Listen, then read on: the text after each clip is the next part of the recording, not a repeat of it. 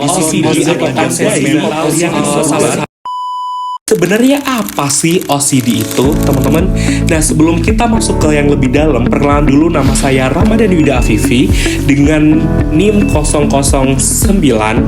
Saya dari BKPI 4A Universitas Islam Negeri Salatiga.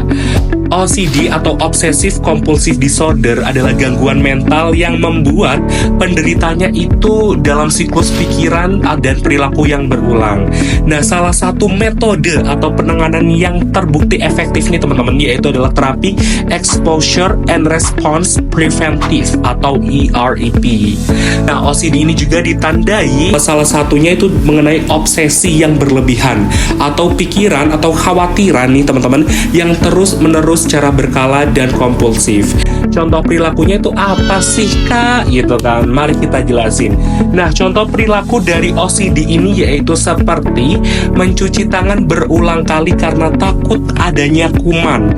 Nah, jadi kalau semisal nih teman-teman ya, orang yang selalu mencuci tangannya itu secara terus-menerus itu karena beliau itu masih merasakan bahwa di tangannya itu adanya kuman. Nah, itu juga bisa disebut dengan OCD. Atau memeriksa pintu berulang kali karena lupa menguncinya, padahal pintunya udah dikunci loh, dan mengecek kuncinya secara berkali-kali gitu kan. Nah, salah satu terapi utama untuk OCD ini teman-teman ya adalah itu menggunakan terapi Exposure Response Prevention atau EREP.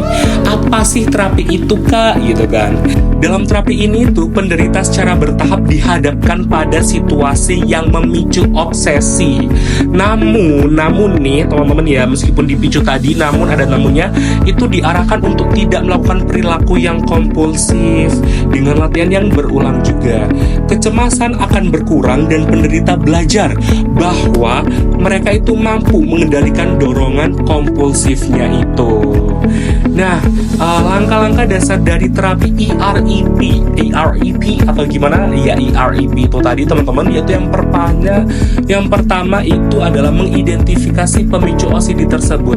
Apa sih gitu loh kan ya, diteliti dulu itu loh penyebabnya OCD beliau itu apa, karena apa gitu loh, atau karena emang dari dalam individunya. Mengidentifikasi dulu ini penyebabnya itu dulu itu OCD itu karena apa gitu kan. Misalnya takut kuman saat menyentuh benda tertentu. Nah, kita itu kayak memplotkan gitu loh, ini OCD-nya tuh dalam hal apa dulu, seperti itu.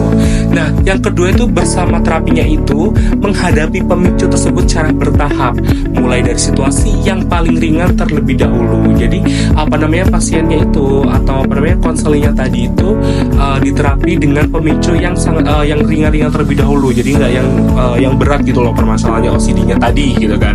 Nah, yang ketiga itu menahan diri untuk tidak melakukan ritual kompulsif seperti mencuci tangan, mencuci tangan secara berlebihan. Jadi diajarin bertahap dulu, mencuci tangan itu cukupnya itu segini gitu kan. Nah, yang keempat itu mengulangi latihan secara berkala hingga kecemasannya itu menurun loh. Jadi kalau misal kita udah di terapi, kita juga harus latihan sendiri di rumah agar kecemasan kita juga cepat menurun seperti itu. Nah, selain terapi, penderita OCD juga itu dianjurkan untuk menerapkan gaya hidup yang sehat. Seperti apa sih kak gaya hidup sehat itu? Mari kita bahas gaya hidup sehat terlebih dahulu untuk OCD ini. Nah, gaya hidup sehat itu yang pertama, kita harus berolahraga teratur. Yang kedua itu tidurnya tuh cukup. Jadi nggak boleh tuh begadang, nggak boleh tidak tidur beberapa jam, itu tidak boleh. Jadi kalau selalu udah jam 10 atau jam 9 waktunya tidur, ya harus tidur gitu kan. Nah, yang ketiga kita itu diajarkan untuk mengelola stres dengan teknik relaksasi. Nah, yang paling penting ini teman-teman yaitu adalah dukungan dari keluarga dan lingkungan juga yang sangat dianjurkan. Karena kalau kita dapat dukungan keluarga, kita itu merasa kayak masih ada yang peduli sama diri kita, seperti itu teman-teman. OCD ini tuh bisa dikelola dengan langkah yang tepat. Jika Anda atau orang terdekat mengalami gejala OCD, jangan ragu-ragu untuk